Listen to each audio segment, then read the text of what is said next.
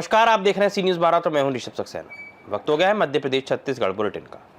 Madhya Pradesh Chhattisgarh bulletin में बात होगी बैतूल की, जहां उप मुख्यमंत्री राजेंद्र शुक्ल और विधायक हेमंत खंडेलवाल ने पीड़ित परिवारों से की मुलाकात। आगे बात करेंगे दुर्ग की, जहां दुर्ग में एंटी माइक्रोबियल प्रतिरोध का मुकाबला विषय पर 2 दिवसीय राष्ट्रीय सम्मेलन हुआ आयोजित। उप मुख्यमंत्री राजेंद्र शुक्ला एवं बैतूल विधायक हेमंत खंडेलवाल ने बैतूल जिले के आमला विकासखंड में दिवंगत बच्चों के परिजनों से मुलाकात कर अपनी संवेदनाएं व्यक्त की। इस दौरान आमला विधायक डॉक्टर योगेश पंडाग्रे और सुधाकर पवार भी साथ रहे। उप मुख्यमंत्री ने सबसे पहले टीका बरई पहुंचकर नागपुर एम्स में उपचाररत हर्ष यादव के परिजनों से भेंट की और उन्हें आश्वस्त किया कि मध्य प्रदेश शासन हर संभव सहायता के लिए उनके साथ खड़ा है। इसके बाद वे ग्राम जामुन बिछुआ पहुंचे, जहां पीड़ित परिवार के सदस्य निकलेश धुर्वे के घर जाकर उन्होंने परिजनों को ढांढस बंधाया।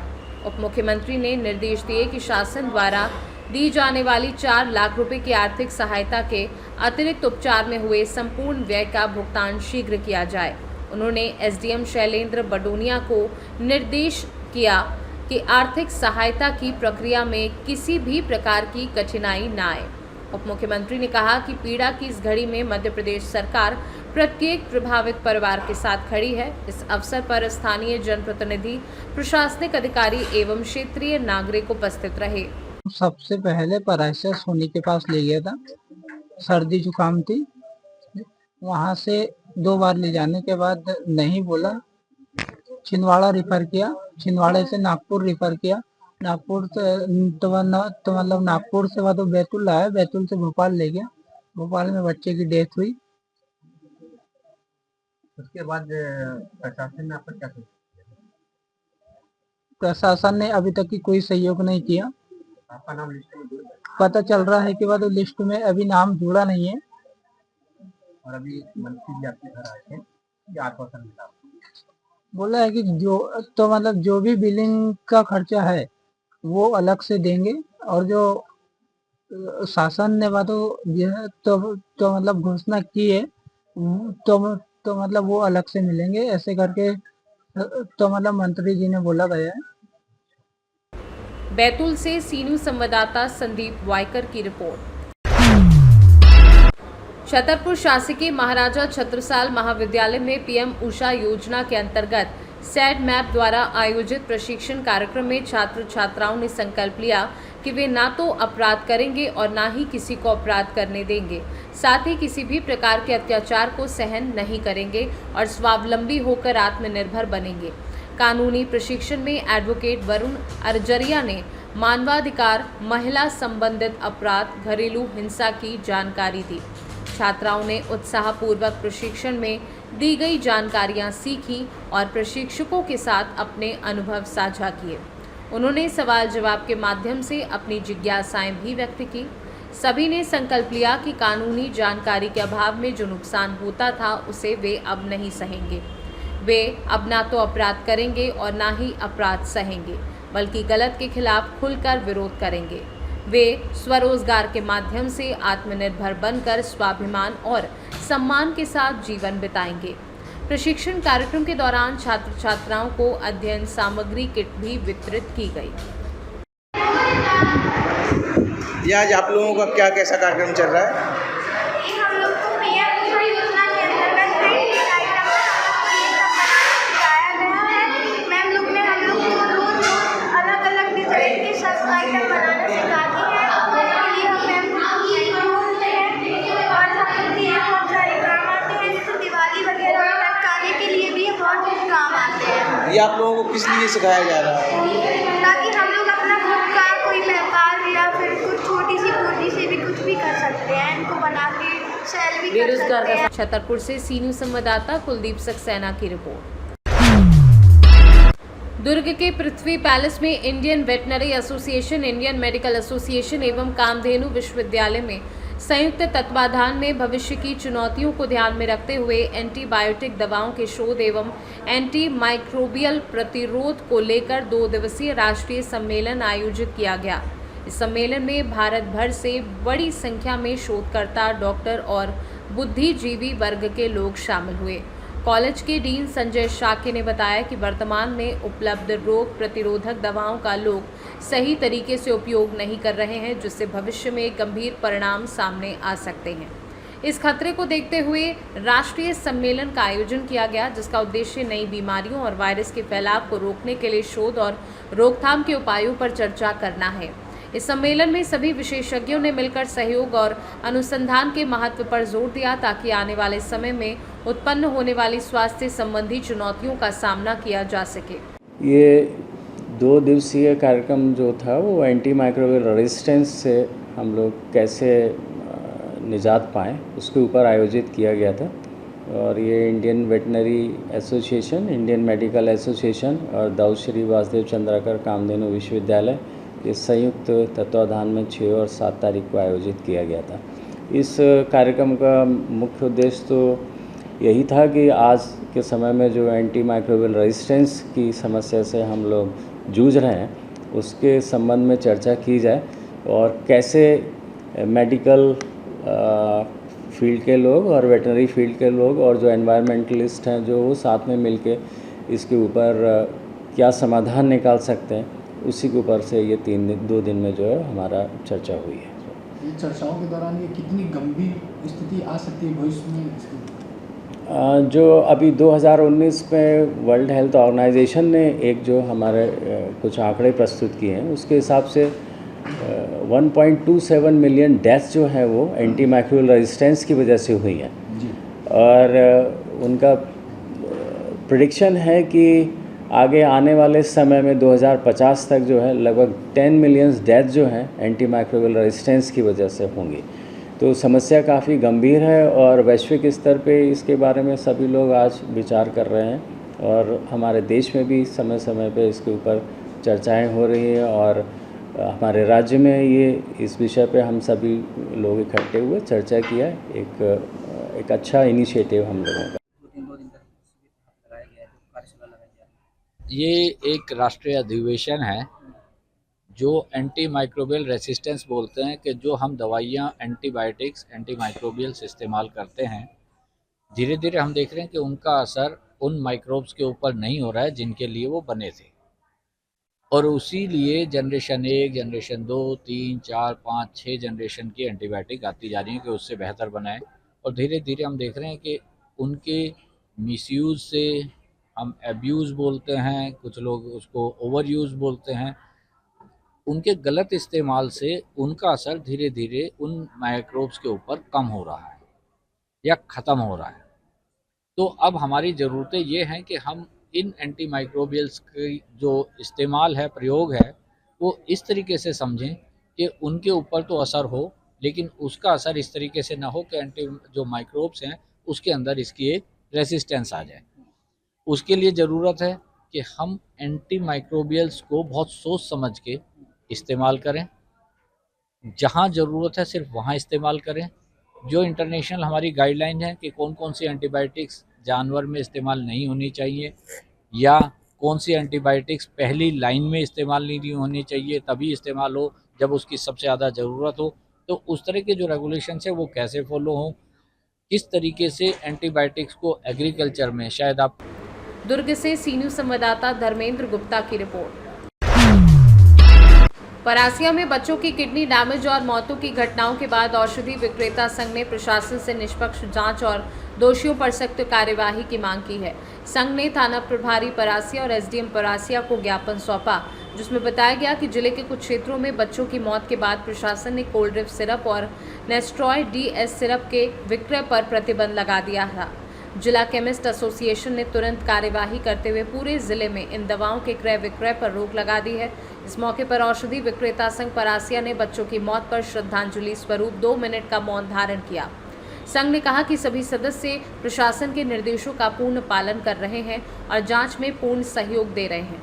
संघ ने प्रशासन से आग्रह किया है कि निष्पक्ष और न्यायिक जांच कर दोषियों पर कड़ी कार्यवाही की जाए और किसी भी निर्दोष केमिस्ट साथी को प्रताड़ित न किया जाए।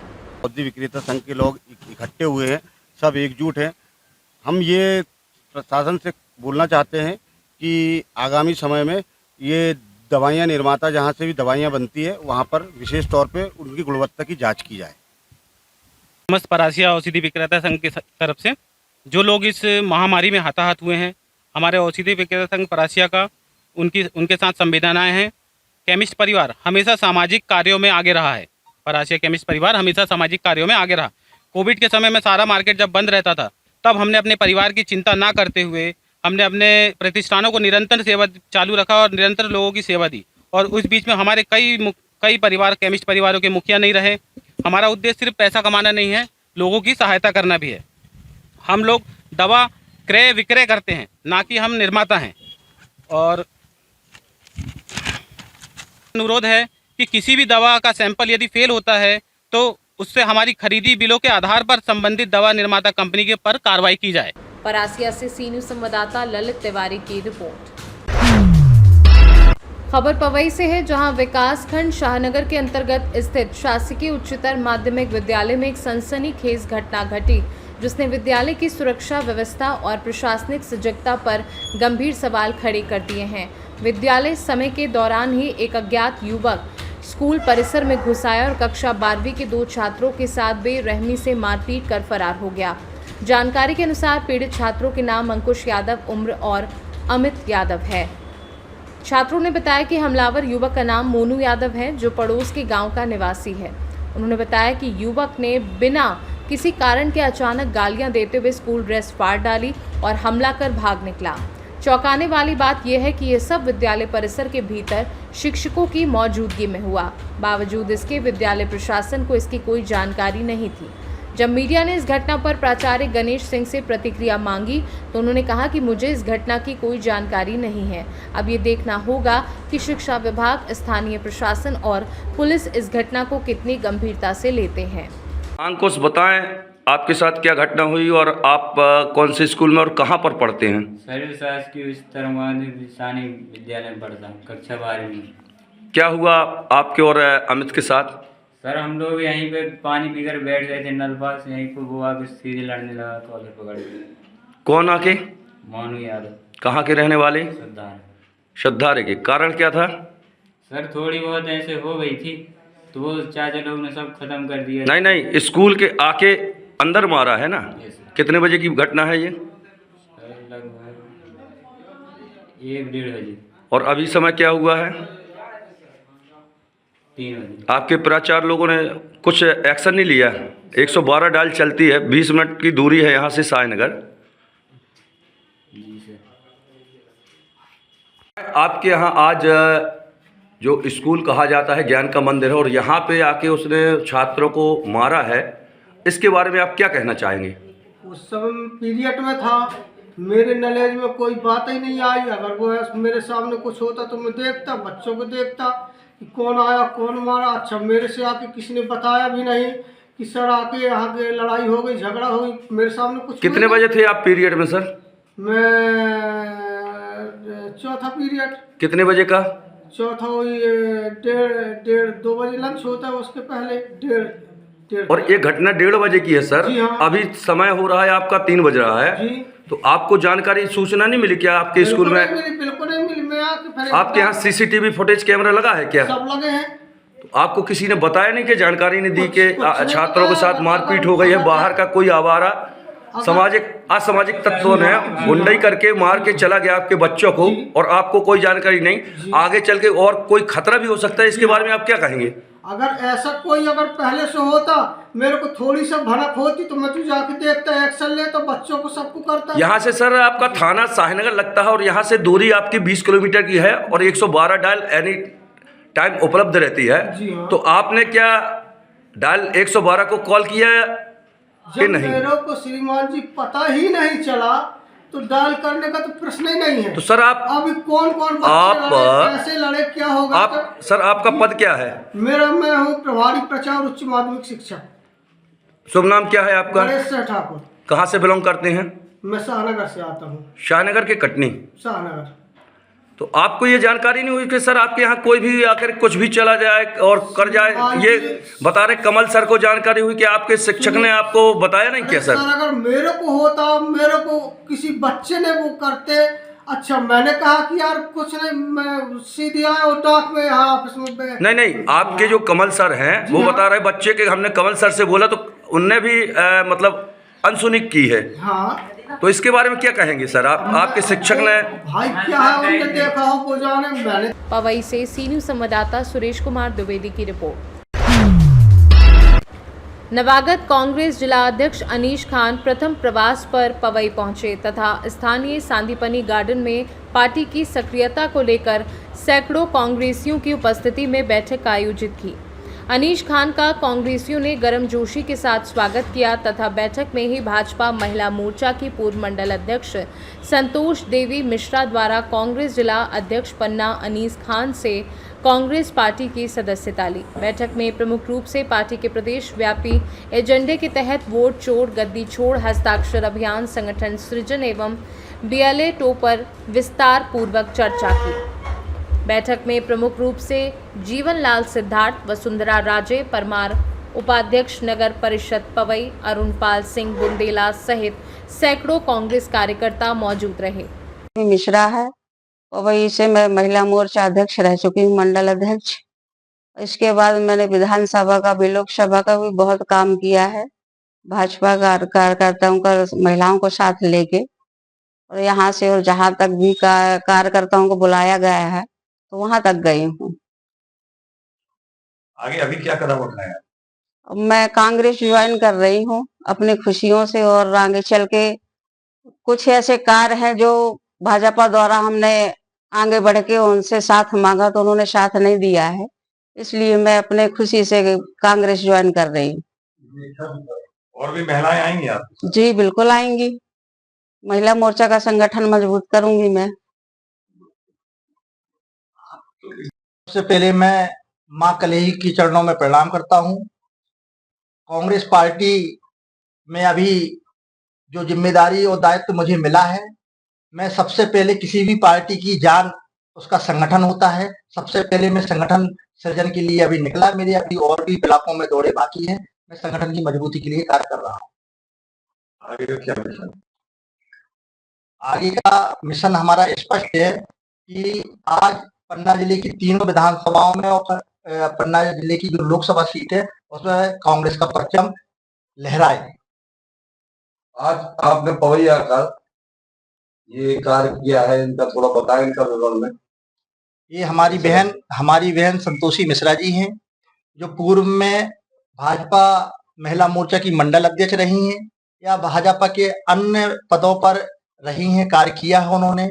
आज स्वेच्छा से कांग्रेस कमेटी की, ब्लॉक कांग्रेस कमेटी की बैठक में उन्होंने स्वतः आकर राहुल गांधी जी, आदरणीय खड़गे जी, जीतू पटवारी जी की रीति नीतियों से, कांग्रेस की रीति नीतियों से प्रभावित होकर कांग्रेस ज्वाइन की है। पवई से सी न्यूज संवाददाता सुरेश कुमार द्विवेदी की रिपोर्ट। राजनांदगांव में साइबर सेल और थाना कोतवाली पुलिस की संयुक्त कार्यवाही में नशीली दवाई सप्लाई और बिक्री करने वाले 3 आरोपियों को गिरफ्तार किया गया है। आरोपियों ने महाराष्ट्र से नशीली दवा नाइट्रोसम 10 लेकर राजनांदगांव में अवैध तरीके से बिक्री की जा रही थी।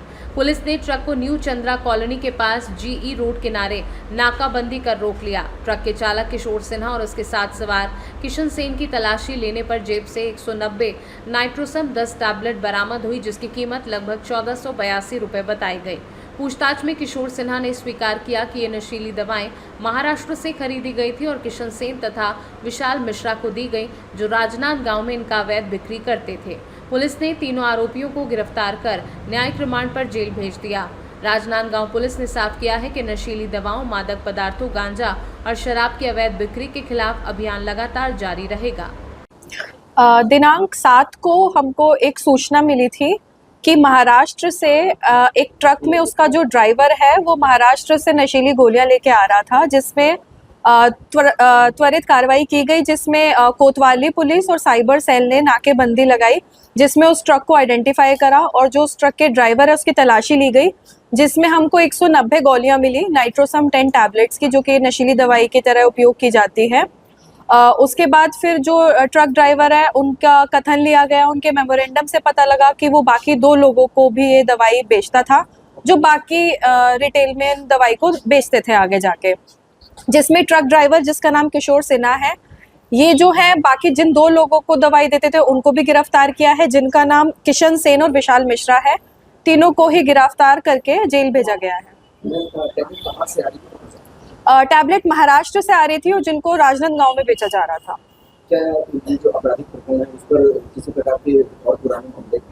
नहीं, ये जो 3 लोग गिरफ्तार हुए हैं अभी तक उनके खिलाफ इससे रिलेटेड कोई मामला नहीं है। अभी जो अपराध पंजीबत हुआ है वो एनडीपीएस एक्ट के तहत अभी पंजीबत कोतवाली थाना में हुआ है। इन्वेस्टिगेशन इसमें जारी है। इस नेटवर्क में जितने भी लोग हैं सबके अगेंस्ट कार्रवाई की जाएगी। अभी इन्वेस्टिगेशन जारी है, अगर आगे कुछ भी मिलता है तो कार्रवाई की जाएगी। राजनांदगांव से सी न्यूज संवाददाता तुलसी गौतम की रिपोर्ट। फिलहाल के लिए इस बुलेटिन में इतना ही। देश और दुनिया की तमाम खबरों के लिए देखते रहिए सी न्यूज भारत।